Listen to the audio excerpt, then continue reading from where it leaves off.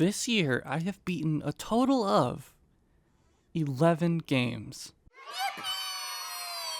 Which doesn't sound like a lot, but I'm really busy and I have things to do. This was easily my busiest and most hectic year ever. So me finishing 11 games is pretty good. I've always wanted to review games, but I don't have the time to make individual videos for all these games. So I'll just make one video talking about all of them. Here's the grading scale. 1 is really bad, it's awful, society has gone backwards because of this game. 10 being a perfect game, one of the best games of all time, a gift from God. 5 is okay, a middle ground. I have equal good and bad things to say about this game. Also, I will try to refrain from spoilers and such, so you don't have to worry about that. Also, I hate that I have to say this, but here we go. These are just my opinions. These are not the definitive ratings of these games, just what I would rate them. And it's okay to disagree with me. Everyone has different opinions. And if you want to share your opinions about one of these games, go ahead, do so in the comments. Just make sure to be kind and respectful. Anyways, these reviews will go in the order that I beat them this year. So let's start with the first game that I beat this year.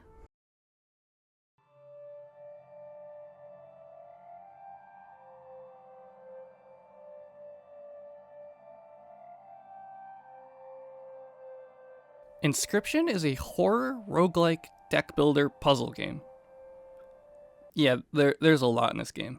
However, Inscryption does an amazing job at blending these genres. The horror is more subtle. There's no real jump scares, but the real horror comes from the ambiance and the music and the environment. This game is creepy. It makes you feel uneasy. The roguelike aspect is also kind of subtle. Different encounters along your journey, but enough to make every attempt feel unique. The deck building is also pretty unique, filling your deck with various woodland creatures of various strength, some with personality, and sentience, and power. While playing the game, you can get up from the table and wander around the cabin and interact with different puzzles, sort of like an escape room. All these small puzzles seem overwhelming, but as you play the game, you'll get enough info to complete one of these puzzles, and get an item or a card that will help you in your runs. Then you can make it further and get enough info to unlock another puzzle and make it even further. You slowly make it further and further until you can finally make it to the end. At least you think it's the end. Small spoiler, but the section in the cabin, which is what most people associate this game with, is only the first act of the game. There's a lot more after this, and the theme shifting greatly and the story expanding a lot. And oh boy, does the story go deep. If you like any of these genres, or even if you don't, I'd still heavily recommend this game. Overall, I'd give it 9 squirrels out of 10.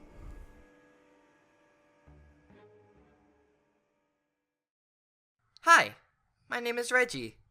I like guys.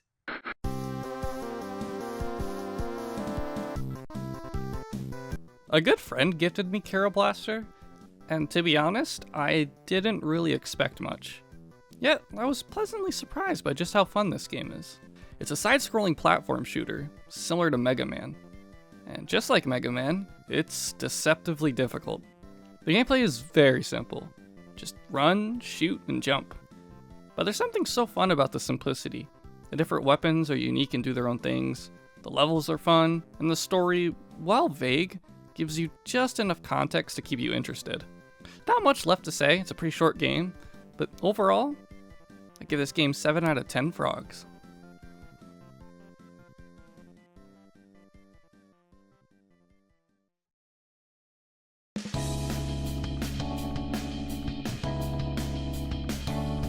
I have controversial opinions about Persona 5 Strikers. Maybe. I don't actually know what the general opinion of this game is. The story is okay. It starts off pretty interesting, then kind of falls off at the end. There's no social links, but there are still some fun moments you can have with the whole P5 crew. But you don't really get any one-on-one time with anyone, except for like one moment near the end of the game. The combat is fun, at first. The combat gets pretty repetitive and boring after a while. You can unlock all of one character's moves in like 30 minutes, and you find out pretty quickly which combo is the best. So you just kinda repeat that combo for the next 30 hours. The fun of these Dynasty Warriors type hack and slash games is being a one-person army and mowing down hundreds of enemies. In Strikers, you get to mow down small groups of 20 or 30. Then you win, you get your yen and your XP, and then you move to another enemy and fight another group of 20 enemies. The only parts you actually get to go all out on are some story moments and the Protect Futaba sections. Those goddamn Protect Futaba sections. My god. Okay, I finally got that all off my chest. And despite all of the things that I just said, I do actually quite like this game. The new music is actually really good. Here's a list of my favorites. The prisons were actually pretty cool visually, and the entire game, might I add, is pretty good visually. And while the story does kind of fall off near the end, the story overall is still pretty good. Like I said, I don't want to spoil it too much, but the story overall was pretty solid. A lot of the good parts of Strikers is the fact that it's in the Persona 5 universe. If this game was not tied to Persona 5 at all, and it was like its own separate IP and game with different characters, this game would be like a 5 out of 10. And if you've never played Persona 5 and you jump right into this game blind, you'll probably have a 5 out of 10 experience. This game was made for fans of Persona 5. And that's not necessarily a bad thing, but again, if you go into this game with no Persona 5 knowledge, you'll probably not have a good time. Now, if you are a Persona 5 fan, this game is probably anywhere from a 7 out of 10 to maybe even like a 9 out of 10. I'm probably going to give Strikers a 7 out of 10, because again, I did have some issues with the gameplay getting kind of stale, and the story was kind of weak near the end. But overall, I enjoyed spending time with my virtual best friends. I give it 7 out of 10 smartphone AIs.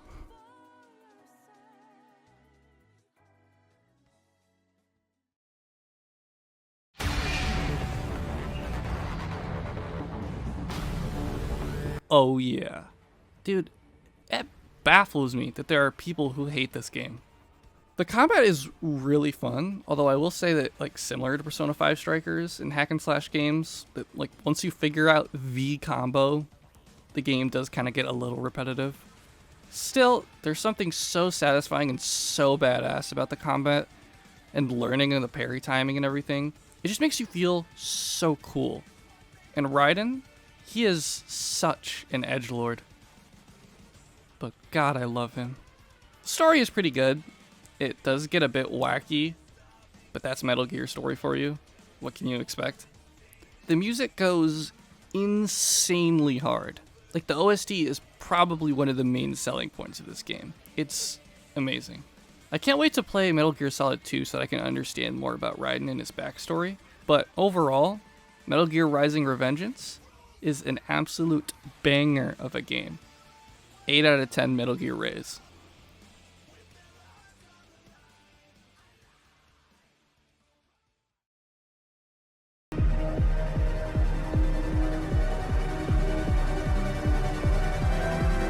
I have never played a mech game before. I've never really been interested in mech games before.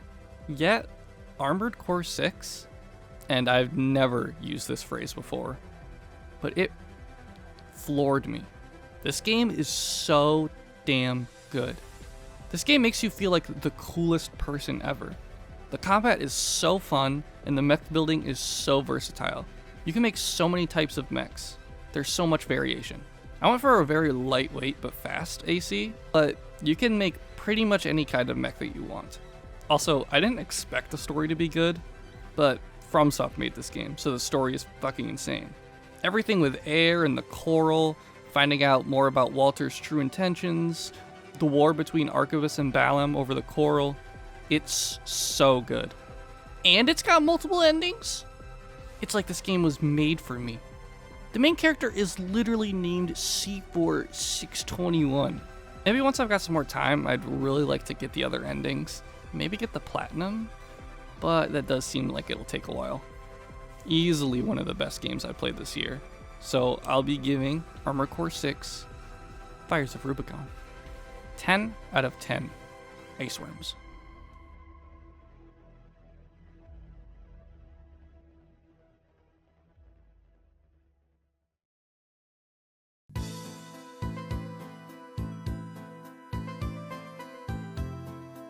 Etrian Odyssey is a simplistic dungeon crawler, where you take a group of adventurers into the Yggdrasil labyrinth to try to uncover its secrets. The gameplay gets really repetitive, which is my main complaint about the game. But it's not too bad. The story actually surprised me in how good it was.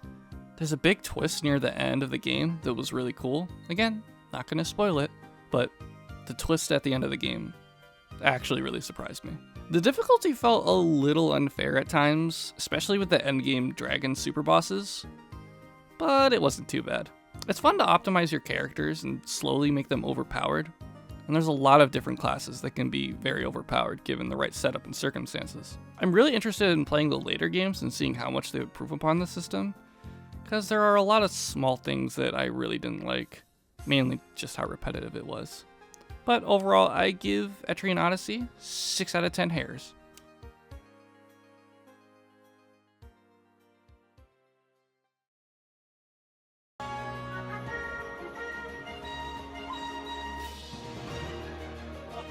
The Legend of Zelda Tears of the Kingdom is, and this is a crazy statement I'm about to make, probably one of the best games of the past decade.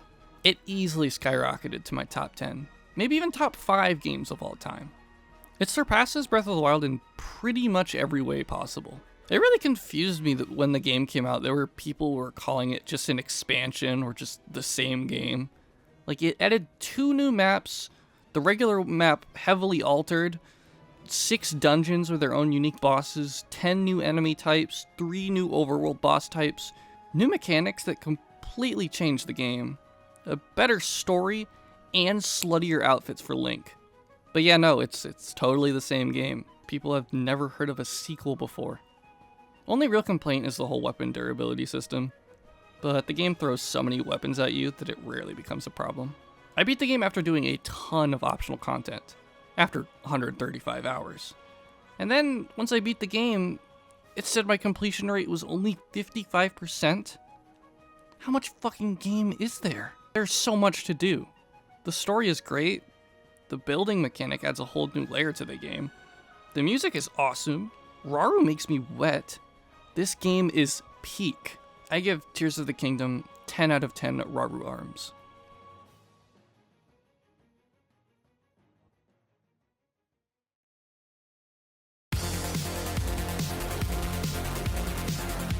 Furi is an album from the insanely talented artists Danger, Carpenter Brut, Waveshaper, Lorne, The Toxic Avenger, Scattle, and Knight. The album even comes with a free game. I'm joking, but seriously, the music in Furi is insane. Even if you're not interested in the game, just give the soundtrack a listen. It's awesome. Furi is a tough-as-nails bullet hell action game. You wake up to a bunny man freeing you from prison. Well, at least the first part of prison, because now you have to fight your way through the rest of prison, and about like a dozen other guards whose sole purpose in life is to prevent you from escaping this prison, made specifically for you. You get some snippets of lore during and after the bosses, alluding to the reason why there's so much effort to keep you locked up, and how you got there in the first place. It's a really interesting story, if you can get to the end to discover it all. Because like I said, this game is hard. The combat is pretty simple. You can attack, shoot, parry, and dodge. But the same cannot be said about your opponents. I really adore this game, and I only really beat it once, but there's still a few other modes that I want to complete and try for other endings, so I'll for sure be coming back to it. I give Furi 8 out of 10 Bunnymen.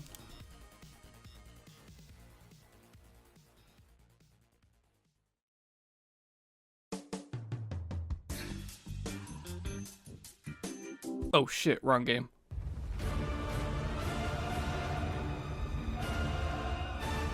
Resident Evil 4 Remake, similar to Resident Evil 2 Remake, are master classes in how to do a remake. It takes the original game and makes it better, expands upon it, and removes some of the bullshit. I'm not sure I really need to explain the plot of RE4, but just in case, You play as Leon Kennedy after the incident in Raccoon City in RE2. You're tasked with finding and rescuing the president's daughter, Ashley Graham, and everything goes smoothly. Nah, just kidding. The entire village is infected with a deadly parasite controlled by some old guy. The story is pretty much the same as the original, with some changes that do actually make it a bit better, along with some gameplay changes that make it a lot better. They also expanded on Luis's story, made the minecart ride way better, and removed a lot of frustrating sections from the original. Gameplay overall just feels so smooth and polished. I got so addicted to RE4, I probably have like 102 hours in it, and I only have 2 or so trophies left for the platinum, so I might go back and plat it. Overall, amazing remake, amazing game, amazing pecs, Leon, and I give this game 9 out of 10 Leon chests.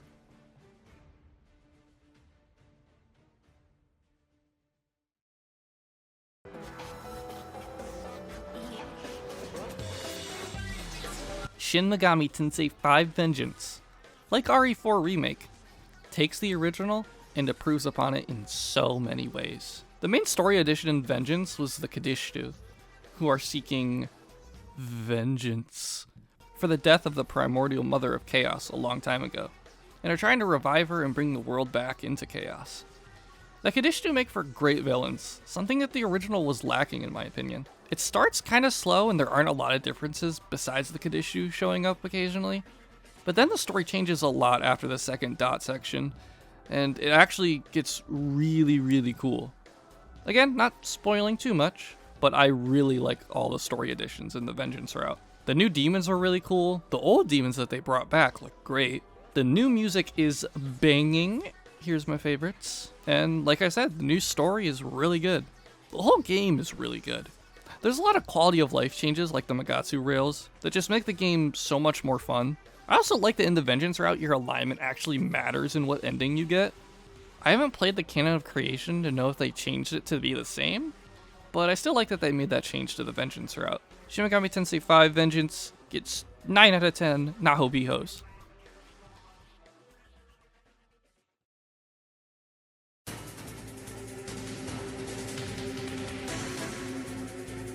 I've made a lot of Metal Gear references in the past, but to be honest, I've never actually played a Metal Gear game before.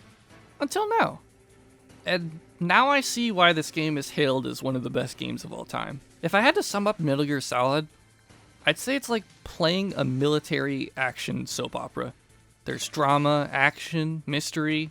It's all so intense. The story is a bit confusing, but the gist of it is that you play as Snake, a genetically modified super soldier that is being tasked with infiltrating a nuclear weapons facility that has been taken over by a group known as Foxhound. Yeah, that's about it. There's no other story at all. That's it. Basic, yep, The game's a bit clunky. It's a PS1 game after all. But despite that, it actually plays really well. MGS has some absolutely brilliant puzzles and mechanics. Some iconic ones and ones that I really liked are Meryl's codec code being on the back of the game's case, Psycho Mantis reading your memory card and having to swap controller ports so that he can't read your mind, using cigarette smoke to see lasers, a key card that changes shape based on temperature, and using ketchup to make a guard think you're dead. I could go on. There's a lot of really cool things in this game. The music was just amazing. Not really any other way I can put it. It's iconic, it's intense, it's emotional. I've been struggling with this ranking for a little bit, going back and forth on 2 different scores. But I think I'm gonna give Metal Gear Solid 10 out of 10 Metal Gears. I think it deserves it. It's a great game.